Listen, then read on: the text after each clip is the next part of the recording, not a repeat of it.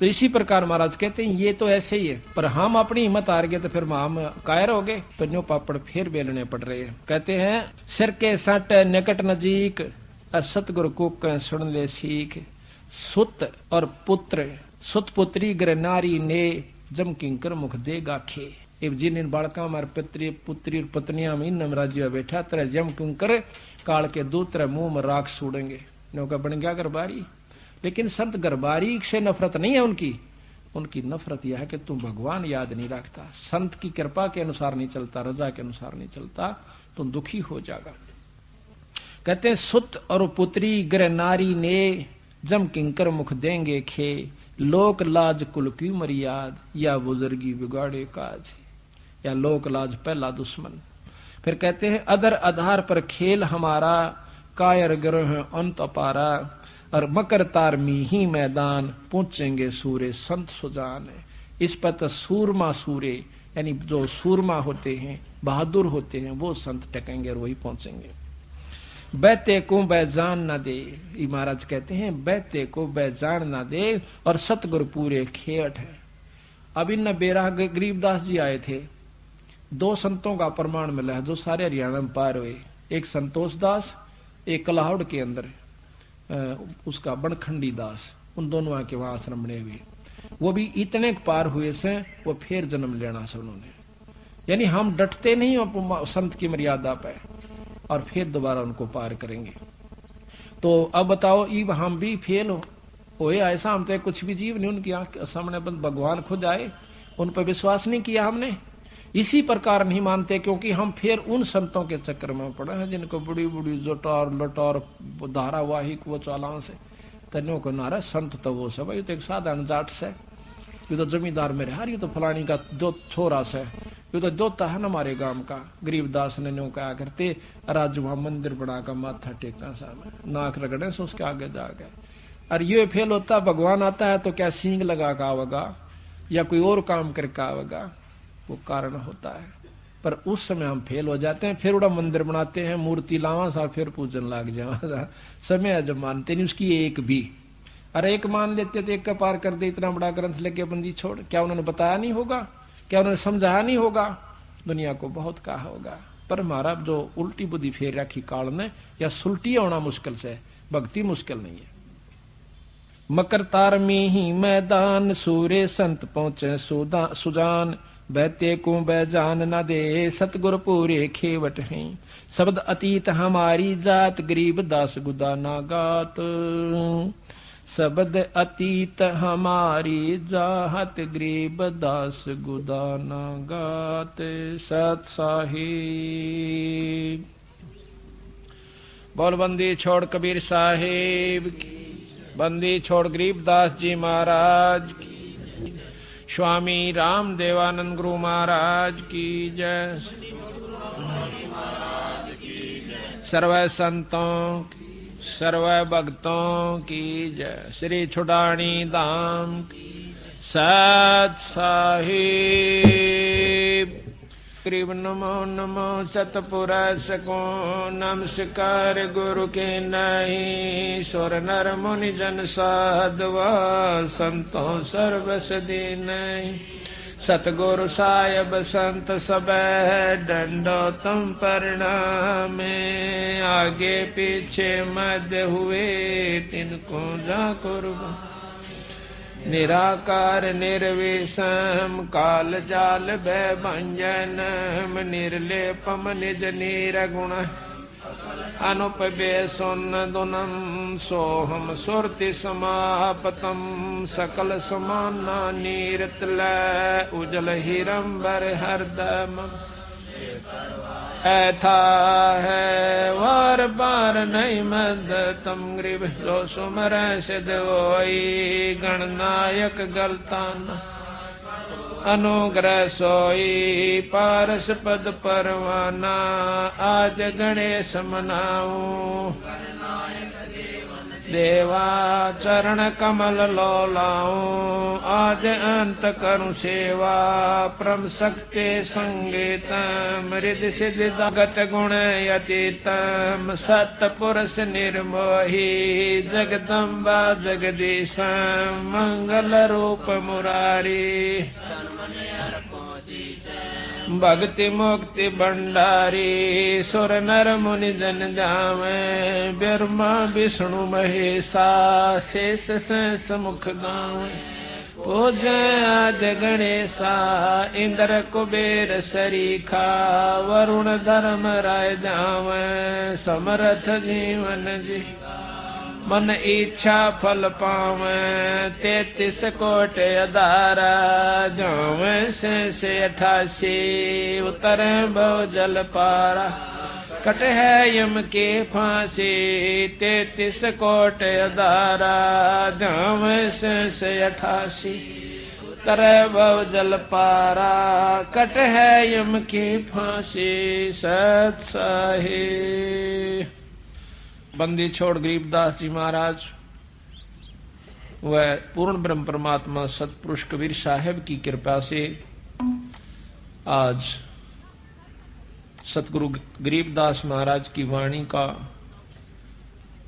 खुलासे का आज ये चौथा दिन है।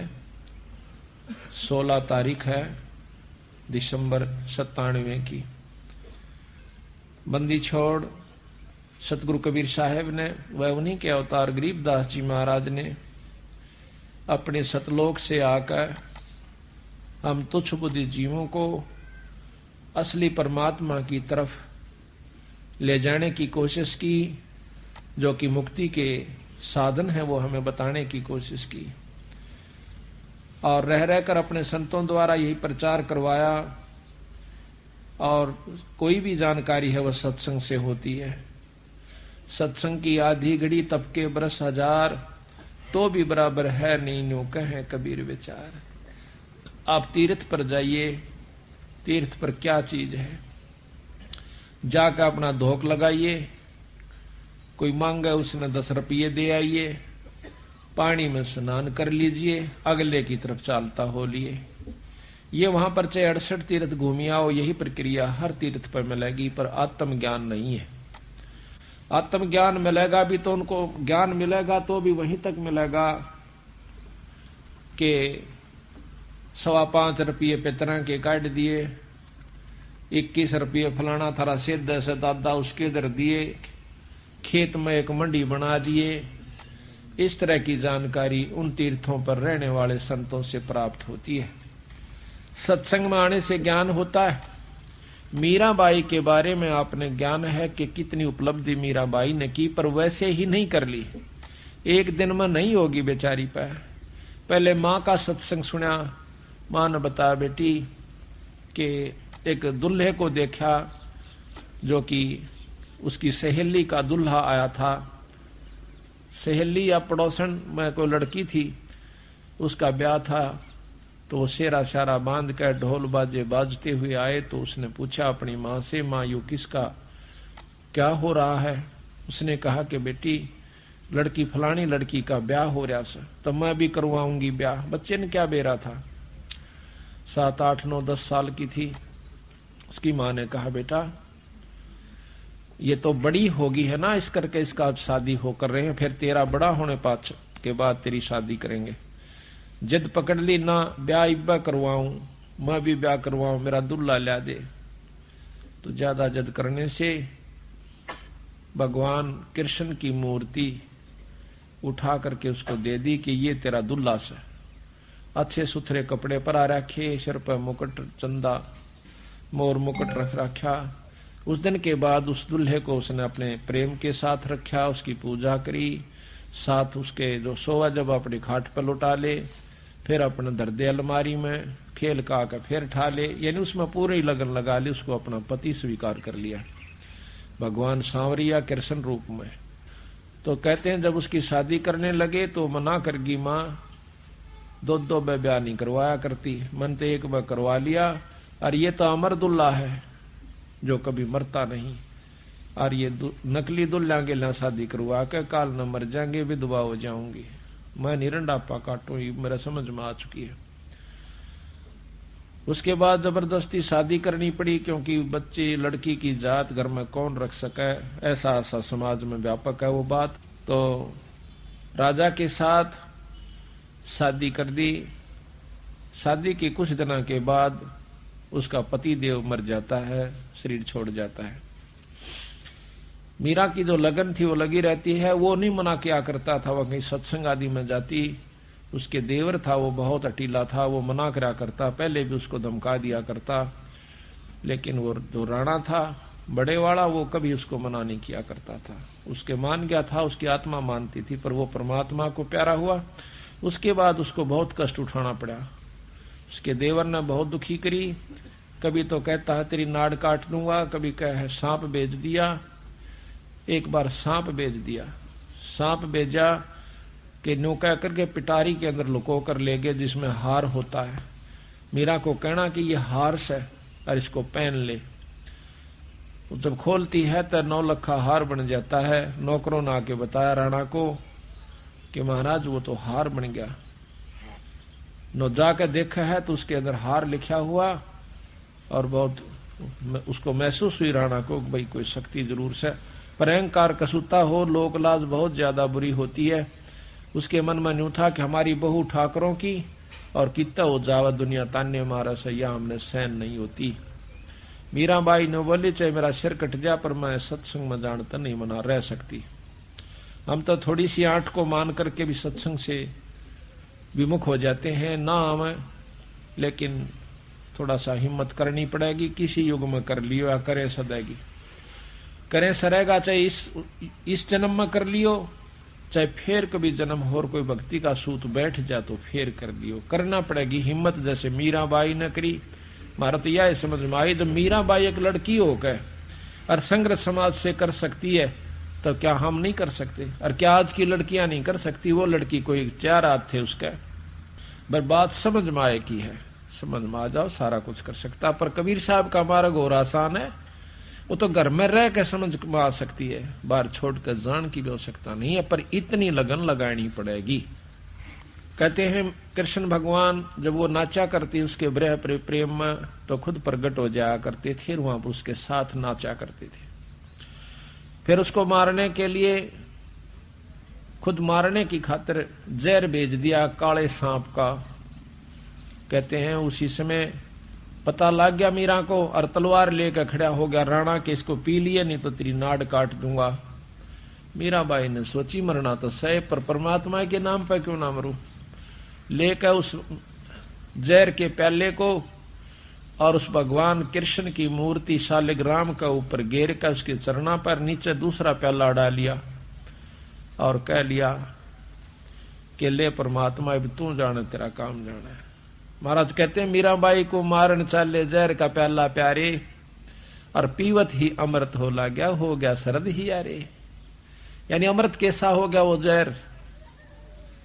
तो इस प्रकार ईश्वर जो शक्ति है, जिस इष्ट में जितनी शक्ति है उतनी मदद वो अवश्य करता है।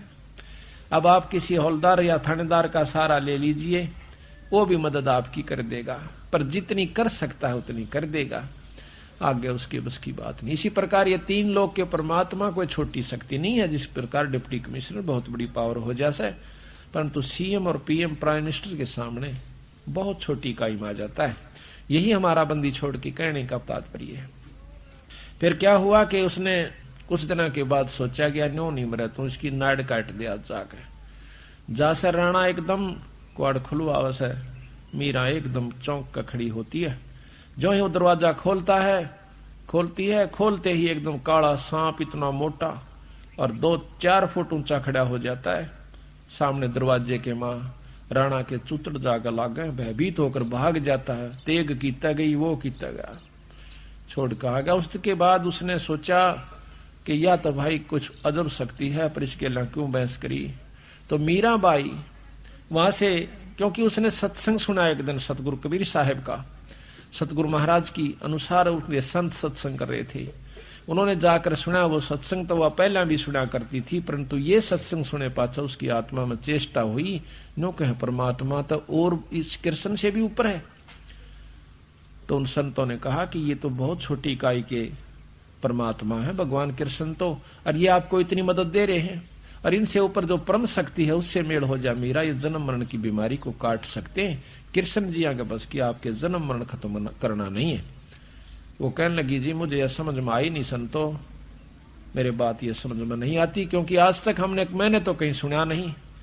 क्या उन्होंने कहा कि बहन तने वो सत्संग ना सुना था, बताई ऐसा सत्संग आपको मिला नहीं था, तो आप कृष्ण जी से पूछ लियो। आप तो कहती हो कि मेरे सामने साक्षात दर्शन देते हैं, उनसे प्रश्न करके देखियो, वो संत हैं, वो भगवान हैं, वो झूठ नहीं बोलेंगे। तो कहते मीराबाई ने आत्मा से पुकार करी, भगवान कृष्ण उत्पन्न हुए, सामने प्रगट हो गए। कहने लगे, बोल बे के चावस कि महाराज मैंने आज सत्संग में सुना से कि आपसे ऊपर एक शक्ति निरंजन है, निरंजन से ऊपर ब्रह्म है, पार ब्रह्म है, और पार ब्रह्म से ऊपर पूर्ण ब्रह्म परमात्मा, जो अनंत करोड़ ब्रह्मांड का भगवान बताया संतों ने। तो कृष्ण कहने लगा, मीरा चीज तो बिल्कुल सत्य बताई उन्होंने, वस्तु सत्य है, लेकिन बात जो है वो तेरे और मेरे बस बाहर की बात है, ना तो हम जा सकते उसको पा सकते और ना आप पा सकती, इसलिए उसका संघर्ष करना ही मूर्खता का है।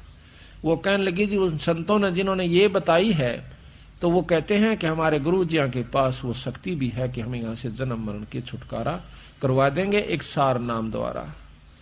कहने लगे, मीरा वैसे तेरी इच्छा है, पर वस्तु वहां आपको मिलेगी नहीं, यानी छुटकारा नहीं हो सकता है परम शक्ति, पर हम वहां नहीं पहुंच सकते। मीराबाई का भी चशक होगी कि जब खुद परमात्मा जिसको मैं मालिक मान बैठी थी और वो खुद कहे से, तो जरूर कोई शक्ति है। मीराबाई वहां से निकलकर काशी में आती है भगवान कबीर साहब के पास। कबीर साहब ने सोचा कि ये ठाकरों की लड़की है, कदे इसके मन में अहंकार और ना रह गया हो, कति छाण के देखना चाहते थे, जब ही नाम दिया जाता है। कहने लगा, बहन ऐसे कर, रविदास जियों से उपदेश ले लीजिए। रविदास जी चमार जाति से, और आप तक हाल तार के लाया करते थे मरे हुए पशुओं की, मारा नहीं करते थे, और फिर उस चमड़े को सुखाया करते थे, उसको रंगा करते थे, और फिर उसका जूती बना करके अपनी रोटी रोजी का और साथ में भजन भी करते रहते थे। जब वहां कर देखा मीराबाई ने, सुरडा सापन चारों तरफ पानी खिंडा हुआ, महक आ रही है बांस उसकी चाम की, तो मीराबाई जाकर बैठ जाती है, नमस्कार करती है, मत्था टेकती है। कहने लगी, मीरा ये तू ठाकरा की लड़की हो के और एक चमार के घर पाएगी? तो कहती है, महाराज ज्यादा दुखी ना करो, इस शरीर का, इस माटी का क्या चमार और क्या जात है, क्या हरिजन है, कौन जाट है, ये तो कुछ भी नहीं है महाराज, ये तो 5 तत्व का पुतला या मिट्टी है। रविदास बहुत प्रसन्न हुए, कहने लगे, बहन नाम तो मीरा सतगुरु महाराज देंगे कबीर साहब, कि उन्होंने मुझे यहाँ पर भेजा है।